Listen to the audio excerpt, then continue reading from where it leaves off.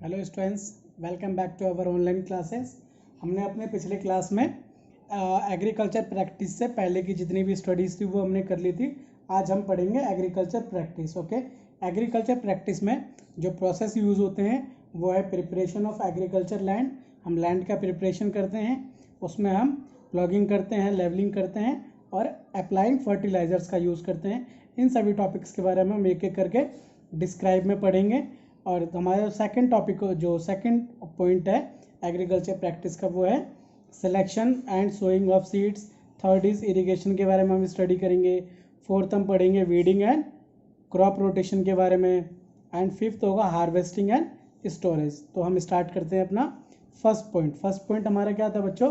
Preparation of agriculture land. Preparation of agriculture land में हम सबसे पहला करेंगे प्लगिंग। प्लगिंग में क्या होता है, जो हम खेत को क्या करते हैं बच्चों, जो सॉइल होता है, सॉइल को हम प्रिपेयर करते हैं किसके लिए? अपने एग्रीकल्चर के लिए।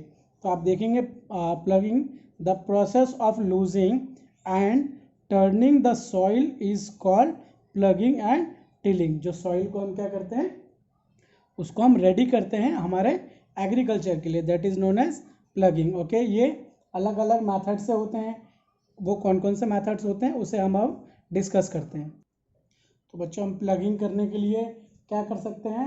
वुडन प्लग का यूज़ कर सकते हैं। फार्मर्स मोस्टली उसका ही यूज़ करते हैं। एंड टिलर का भी यूज़ करते हैं। आजकल जो है मॉडर्न मेथड, इट मीन्स आजकल हम लोग ट्रैक्टर्स का यूज़ कर रहे हैं किसके लिए? प्लगिंग के लिए। उसके बाद आता है बच्चों लेवलिंग। लेवलिंग क्या होता है? जो आप देखेंगे जो हमारा लैंड होता है वो क्या होता है कि वो इक्वल नहीं होता है। क्या नहीं होता है? वो इक्वल नहीं होता, लेवल में नहीं होता है। तो इसलिए हम क्या करते हैं? आफ्टर द प्लगिंग लेवलिंग करते हैं। लेवलिंग क्या है? Even after the plugging big lamp of soil में रिमेन इन द फील्ड। हो सकता है बहुत बड़े बड़े मोटे मोटे उसमें जो पार्ट है किसके, जो सॉइल के, वो साइड वाइड में कहीं रह गए हो, ऊंचा नीचा हो गया होगा। तो उसके लिए हम क्या करते हैं? लेवलिंग का यूज़ करते हैं, जिससे जो सारा सॉइल है वो क्या हो जाता है? एक लेवल में आ जाता है। These are crushed using wooden और iron plank called the leveller. Leveller का यूज़ करके जो भी सॉइल के क्या होते हैं, जो बिग बिग लैम्प्स होते हैं, उसे एक इक्वल पार्ट में हम डिवाइड कर देते हैं, जिसके लिए हम क्या करते हैं? वुडन के जो लेवलर्स होते हैं उसका यूज़ करके हम लेवलिंग कर सकते हैं। अगला आता है बच्चों हमारा अप्लाइंग फर्टिलाइजर। उसके बाद हम क्या करते हैं? जो सॉइल होता है, सॉइल की फर्टिलिटी जो क्या होती है, टाइम टू टाइम फिनिश होते रहती है। तो उसके लिए हम किसका यूज़ करते हैं? फर्टिलाइज़र का यूज़ करते हैं। फर्टिलाइज़र क्या होता है? जो हमारी क्रॉप की फर्टिलिटी होती है उसे ये इंक्रीज कर देता है। Evenly all the soil even to infected to the avoid this situation farmer often add substance. Farmer क्या करते हैं? उसे बोने से पहले कुछ सब्सटेंस उसमें ऐड करते हैं, उन्हें हम बोलते हैं फर्टिलाइजर्स। ओके, फर्टिलाइजर, इसके कुछ एडवांटेज भी है और डिसएडवांटेज भी है। तो एडवांटेज आप देख सकते हैं, जो इसका एडवांटेज है, एडवांटेज ऑफ फर्टिलाइजर क्या है? A small quantity is sufficient and effective. इसका जो कुछ स्मॉल क्वांटिटी होता है वो काफ़ी ज़्यादा सफिशिएंट होता है और बहुत ज़्यादा इफेक्टिव भी होता है। इससे जो हमारी क्रॉपिंग होती है वो अच्छी होती है। They are nutrient specific and can be used for soil deficient in a sufficient specific nutrients. Okay, जो इसका थर्ड टॉपिक है, थर्ड पॉइंट जो है, they provide high yields of crop. ये अच्छी क्वालिटी के जो क्रॉप्स होते हैं उसकी जो हमें फर्टिलिटी की हेल्प से मिलते हैं। Okay, they are easy to store and transport. हम इन्हें क्या कर सकते हैं? आसानी से स्टोर भी कर सकते हैं और ट्रांसपोर्ट भी कर सकते हैं। जैसे बच्चों किसी भी चीज़ में एडवांटेज होती है तो उसमें डिसएडवांटेज भी होती है। तो हम पढ़ेंगे disadvantage of fertilizers. They are expensive, ये काफ़ी ज़्यादा महंगे होते हैं। Excess use of fertilizer make the soil too alkaline और too acidic.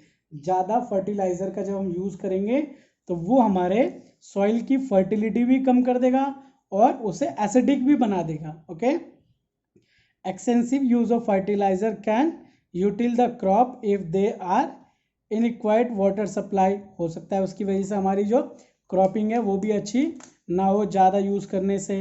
The production of fertility causes pollution. ज़्यादा फर्टिलिटी का यूज़ करेंगे तो हो सकता है उसकी वजह से क्या हो जाए? पॉल्यूशन भी हो जाए। तो ऐसे ही ये सभी क्या है बच्चों, डिसएडवांटेज ऑफ फर्टिलिटी है। तो हम करते हैं अपना next topic. Our next topic is selection of seeds. बच्चों जब हम क्या करते हैं, सारा प्रोसेस जो हमने अभी बिफोर देन इट पढ़ा, वो सारा प्रोसेस करने के बाद हम करते हैं सिलेक्शन ऑफ सीड्स। सीड्स का सिलेक्शन बहुत ज़्यादा इंपॉर्टेंट होता है।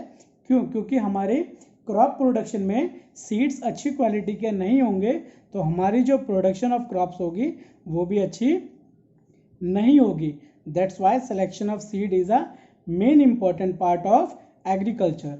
Okay, selecting good quality healthy seeds is the next important for crop production.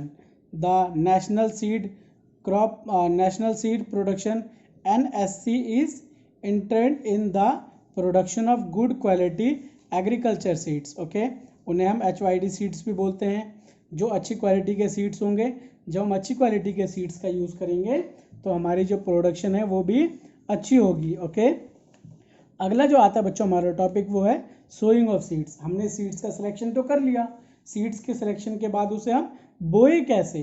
तो जो सोइंग ऑफ सीड्स होते हैं वो क्या होते हैं बच्चों, उसको बोने के लिए अलग अलग मेथड का यूज़ करते हैं। जैसे कि हम क्या कर सकते हैं, एक तो मैनुअली, जैसे कि मैनुअली उसे हम बो सकते हैं। एक होता है सीड ड्रिल। सीड ड्रिल की हेल्प से भी आप उसे क्या कर सकते हैं, एक तो मैनुअली उसे हम बो सकते हैं और एक उसे हम सीड ड्रिल की हेल्प से भी क्या कर सकते हैं, बो सकते हैं। Our next topic is irrigation. Irrigation क्या होता है बच्चों, जब हमने क्या करा, हमने सॉइल प्रिपरेशन कर लिया, सॉइल प्रिपरेशन के बाद फर्टिलाइज़र भी उसके अंदर डाल दिया हमने, फिर उसके बाद जो सीड्स है उसको भी बो दिया। ओके, उसको बोने के बाद उसके कुछ टाइम बाद क्या होगा कि जो प्लांट है वो बाहर आ जाएगा, और बाहर आने के बाद उसे इरिगेशन की ज़रूरत होगी। इरिगेशन में सिंचाई, उसे वाटर की नीड होगी। It refer to the what is artificial application of water to the soil for the, उसको ग्रो करने के लिए, क्या करने के लिए बच्चों, ग्रो करने के लिए किसकी नीड होती है, वाटर की नीड होती है। ओके, तो उसे वाटर किससे मिलेगा, इरिगेशन से मिलेगा। ओके, तो जो इरिगेशन के हमारे पास मेथड ऑफ इरिगेशन है वो है, एक होता है ट्रेडिशनल मेथड, एक होता है